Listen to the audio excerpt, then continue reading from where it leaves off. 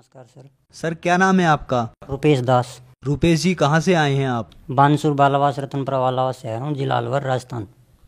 रुपेश जी, संत रामपाल जी महाराज से नाम दीक्षा आपने कब ली? 26 मार्च 2017 में नामदान लिया था मैंने प्रथम मंत्र।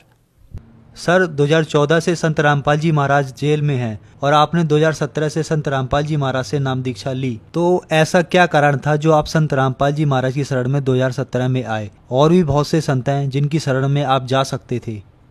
सर, पूर्ण मोक्ष कैसे मिलेगा, जन्म मरण से छुटकारा कैसे मिलेगा, और आध्यात्मिक ज्ञान के लिए, और हमारे घर में भूत प्रेतों की बाधाएं थी, इनसे छुटकारा पाने के लिए हमने संत रामपाल जी महाराज से नाम दीक्षा ली। संत रामपाल जी महाराज से नाम लेने से पहले आप क्या भक्ति साधना करते थे? हम घर वाले सभी देवी देवताओं की भक्ति करते थे। हमारी बहन भी थी एक, जो 11-12 साल की थी, वो भी भक्ति करती थी। तो उनकी मौत हो गई अचानक पैर में दर्द आने के कारण। फिर हमने शानी शेवड़ों की डॉक्टरों के पास नहीं लेके गए, शानी शेवड़ों को बुलाया और रात को जागरना भी किया। उनको बुलाने के कारण और 10-15 दिन के बाद में ही हमारी बहन की मौत हो गई। और हमारे पापा जी थे, हमारे पापा जी, उनके यानी कोई तो जिन बताता उनको, कोई भूत बताता था उनके अंदर, कोई कुछ देव देवताओं के बारे में बताता था। तो हमने वीर तेजाजी, हीरामल, इनके पास भी लेके गए। इन्होंने बोला भाई कोई जिंद नहीं, पित्तर है। और हम जोधपुर सजाड़े धाम गए तो वहाँ बोला अक भाई जिंद है। और भी कई देवताओं के पास गए तो उन्होंने कोई कुछ कहते हैं, कोई कुछ कहते हैं। हमारे पिताजी एक ऐसा अंदर पता नहीं क्या था, जिन था क्या नहीं था, जो शिव जी का मंदिर होता है, उसी शिवलिंग की मूर्ति होती है, वहाँ पर जो ऊपर पानी के जो घड़े होते हैं, मटके होते हैं, उनके अंदर पानी भरा हुआ होता है। वो मेरे पिताजी उनके मंदिर में चढ़ कर मटकियों को फोड़ने लगे। फोड़ने के बाद में जो सगला पानी था वो सगले पिए, पहले पानी पिए, फिर उसके बाद में जितने भी मटकियों के टुकड़े हुए थे वो टुकड़ों को खा गए। और हम जाते थे, हमारे वापस बाटे की भगा के देते थे।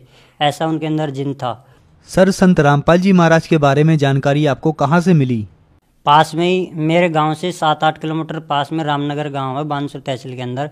वहाँ एक भगत है, उनके पास में हमने बटाई ली थी पहले 6 महीने। तो उन्होंने हमारे को बताया, फ़ोन करके बताया, घर पे बुलाया, पुस्तक दी गीता तेरा ज्ञान अमृत।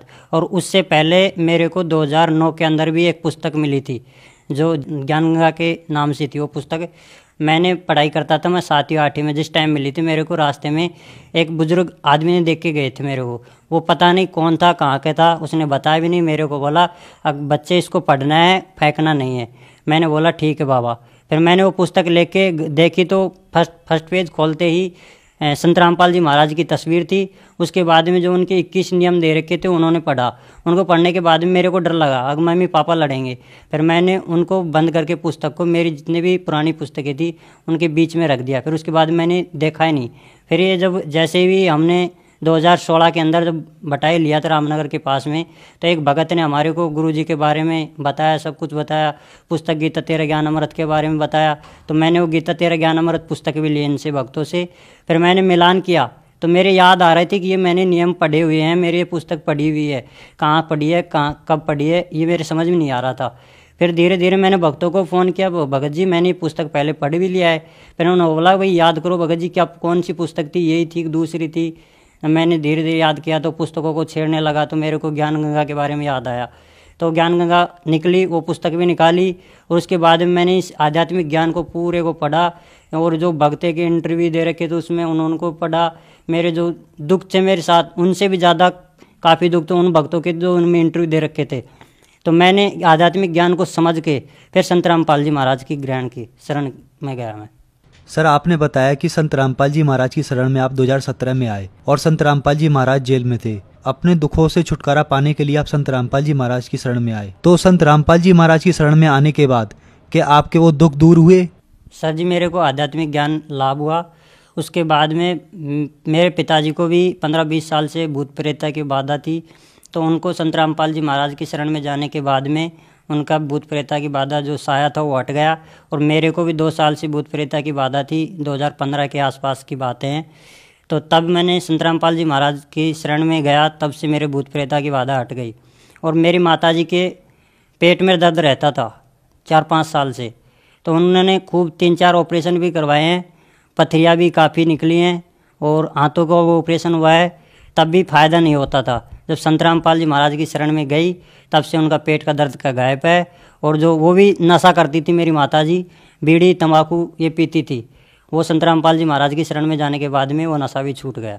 सर ये जो अभी 20 दिन पहले की बात है, 1 मार्च 2018 के अंदर जो बहरोड के अंदर सत्संग का प्रोग्राम था 4 मार्च 2018 का, तो उसमें 3 दिन पहले की सेवा चली हुई थी। तो हमने 2 मार्च 2018 को वहाँ पर सेवा के अंदर गए बहरोड। तो 3 तारीख को सत्संग के दौरान मैं पुस्तक सेवा कर रहा था चौक के ऊपर, जो दिल्ली की तरफ जो सड़क जाती है उधर उस पुलिया के नीचे। तो वहाँ अचानक पुस्तक सेवा करते करते 4 बजे की समथिंग मेरे बगल में छाती में दर्द आया। छाती में दर्द आने के बाद में मैंने, मेरे पास 2-3 भगत थे, उनको बताया भगत जी मेरी तकलीफ़ हो रही है। उन भगत जी ने बोला भगत जी टैबलेट ले लो, सुई लगवा लो, सामने मेडिकल है, संत रामपाल जी महाराज के जो चन्नामत जो देते हैं अमृत धारा वो पी लो, सब ठीक हो जाएगा, परमात्मा दया करेंगे। फिर मैंने संत रामपाल जी महाराज जो चन्नामत होता है वो भी पिया। उसके बाद टैबलेट भी ली 2, उससे फ़ायदा नहीं हुआ। फिर एक ट्यूब आती है वो भी लेके आए, उससे फ़ायदा नहीं हुआ, ज़्यादा होने लग गया। ज़्यादा दर्द होने के कारण फिर मैंने भक्तों के पास कॉल भी किया, भगत जी मेरी तकलीफ़ ज़्यादा बिगड़ती जा रही है, मेरे को पता नहीं कैसा क्या दर्द है, पहले अचानक पहले ऐसा दर्द कभी नहीं हुआ। फिर ये भगत जल्द से जल्द लेके गाड़ी लेके आए। गाड़ी लेके आने के बाद मेरी तकलीफ़ ज़्यादा और बिगड़ गई थी। तो भगत भी जो मोटरसाइकिल लेके आए थे वो घबरा गए, भगत जी हम नहीं ले जा सकते और हमारे से सिटी के अंदर गाड़ी भी नहीं चलाई जा सकती स्पीड पर, आपको तो फ़ौरन जल्दी हॉस्पिटल में ले जाना होगा। तो वहाँ पर एक भगत राजेश दास बहरोड के, उनके पास गाड़ी थी, तो उन्होंने फ़ोन किया, वो भगत जी गाड़ी लेके गए। गाड़ी में मेरे को लिटा दिया और पवन दास भगत जी रामनगर को मेरे साथ थे। और जब वो गाड़ी में भी लिटा कर मेरे को ले जा रहे थे हॉस्पिटल की तरफ, तब रास्ते में मैंने खूब उल्टी की, उल्टियाँ हुई काफ़ी, आप 1 लीटर जग भर लो, इतनी उल्टी हुई और कुछ भी नहीं, पानी था नहीं रहा। और फिर हॉस्पिटल के गेट पे पहुँचते ही मैं बेहोश हो गया था। उसके बाद में मेरे को पता नहीं था, एक भगत जी था मेरे साथ, वो मेरे साथ आए हुए हैं, वो आपको आगे के बारे में बताएंगे भगत जी। नमस्कार सर। सर नमस्कार। सर क्या नाम है आपका? सर पवन दास। पवन जी, अभी आपके मित्र रूपेश जी बता रहे थे कि इनके साथ कुछ घटना घटित हुई, ये बेहोश हो गए, आपने इनको संभाला और आप इनको हॉस्पिटल में लेके गए, तो वहाँ पर क्या हुआ? सर इन्होंने मेरे पास फ़ोन किया, तो फ़ोन करते ही मोटरसाइकिल लेके गए। तो इनकी हालत इतनी ख़राब हो चुकी थी कि मोटरसाइकिल पे जाने के काबिल नहीं थे, क्योंकि भीड़ इतनी थी बाज़ार में। फिर फ़ोन किया हमने राजेश दास के पास, तो वो गाड़ी लेके आई।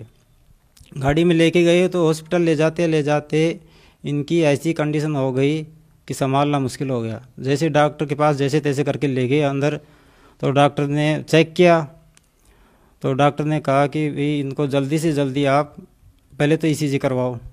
ईसीजी करवाने के बाद मेरे पास इनको मत लेके आना, सिर्फ रिपोर्ट लेके आना, इनको रेफ़र करना है या आप जयपुर ले जाओ या दिल्ली ले जाओ। जैसे डॉक्टर ने कह दिया कि ईसीजी करवाओ, तो ईसीजी करवाई। ईसीजी को हम लेके डॉक्टर के पास गए, तो डॉक्टर को दिखाई, बिल्कुल जीरो आ रही थी।